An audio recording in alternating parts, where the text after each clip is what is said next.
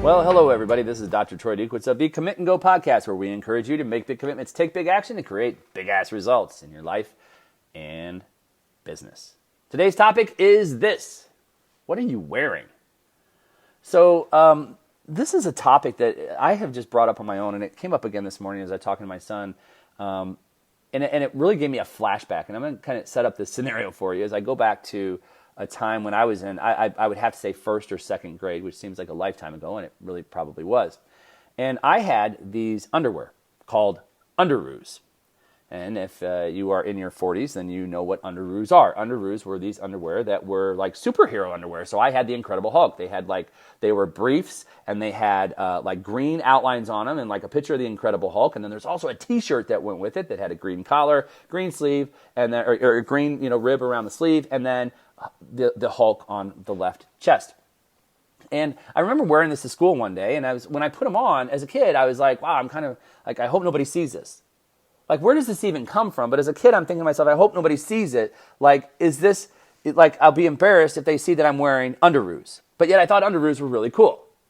And so I wore the Underoos to school. And I remember at some point, and I don't know how that had happened, but I was probably like bending over to pick up a pencil or an eraser, that somebody had said something like, hey, are you wearing Underoos?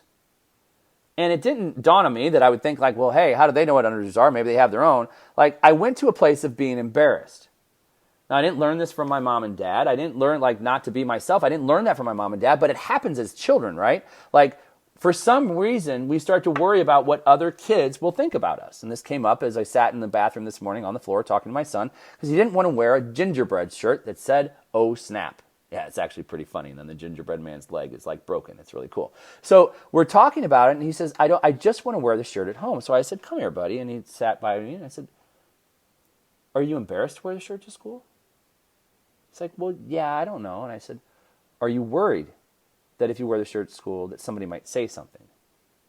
And he said, yeah. I said, has anybody ever said anything before? Nope. And he's wore other shirts before. Nope. Has anybody ever said anything to a friend of yours that might wear a shirt, like a Christmas shirt, to school? Nope. So what's the problem? I don't know. Is it a story in your head that you think somebody's going to say something about what you're wearing, so you worry about that? And he said yes.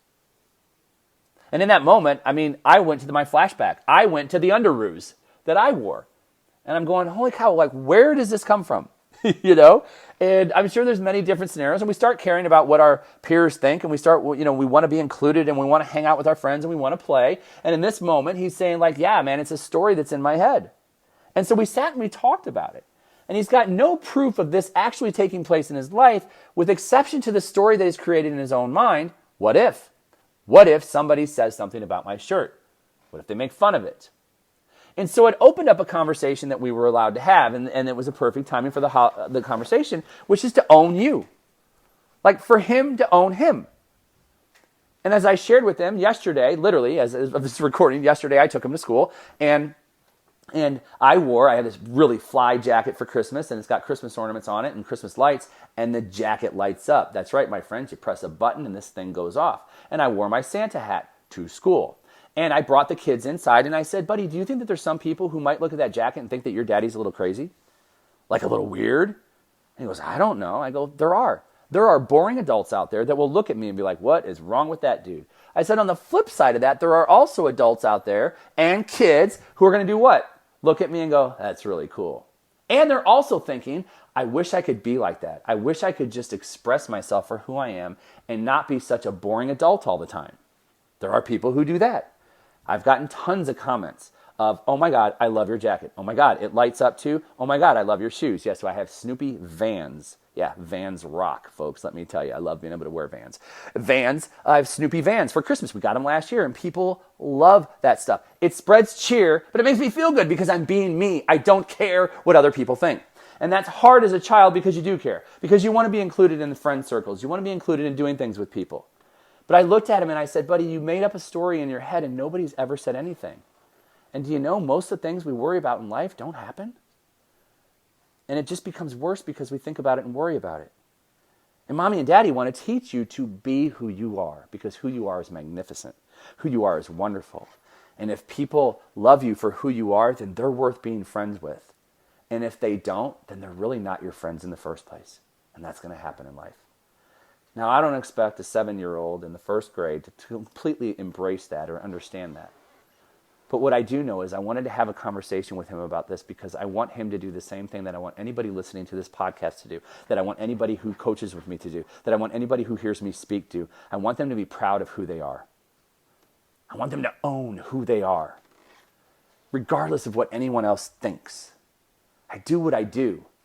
I do what I do because it's what comes from my heart. I don't do it because I'm trying to impress you to listen to a podcast. I do it because I hope that it inspires you in listening to a podcast to go out and do you. Be you. Be proud of you and the person that you are. And if there are things that you do that you are not proud of, then change it. Don't change it because somebody said you're an asshole. Change it because you look in the mirror and you go, I'm an asshole. I need to change that. Because I don't like being an asshole. If you love being an asshole, then be the best damn asshole you can be. Rarely have I found a person who loves being an asshole. They're only being an asshole because they have other insecurities. So it's about owning you. It's about being proud of you. It's about standing up for you. And in that moment, for him to share that with me, it's not like, buddy, you're crazy. It's kind of like, yeah, man, I've been there. I was there when I was a kid. I get it. I understand. And the beauty of the conversation is he took the green shirt that he had on and he took it off. He tossed it over to me. I said, what are you doing? Because I don't know. I said, you're going to wear the shirt, aren't you? He said, yep. I said, I'm proud of you, buddy. He made the decision. He made the decision to wear the shirt. I did not tell him he had to wear it. I only told him he needs to own himself. I only shared with him that it's important for him to love him. So this comes down to the culmination of an affirmation that I heard years ago from Mark Victor Hansen, co-author of Chicken Soup for the Soul. And that affirmation was this: I like me alone, and I like me with other people. And so I shared this with Wyatt. But I told him I've changed the affirmation. I do the affirmation this way: I love me alone, and I love me with other people. And so I said it with his mother. She said the affirmation. I said the affirmation. He was a little uncomfortable with the affirmation, and that's okay. It's something that we will work on. We do affirmations every day. It's just a new one. But the point becomes this, folks. My hopes for you are very simple: that you own you, and that you walk away from this conversation today saying, I love me alone, and I love me with other people. Do that for 30 days, every day. Look yourself in the mirror and say this affirmation. And I can guarantee you, yes, guarantee you, that by saying so, you are going to see a psychological shift within your soul where you will have more confidence, more faith, and more belief in you. Not anyone else, but in the most important person that you need it in, which is you. That's all I've got for you here today. Hey, it's Dr. Troy Dukowitz here, just reminding you, if you enjoy these podcasts, please head over, subscribe if you haven't already, and rate and review. I'd also be honored if you would forward this to other people who you think could benefit from the messages that I share here daily, Monday through Friday.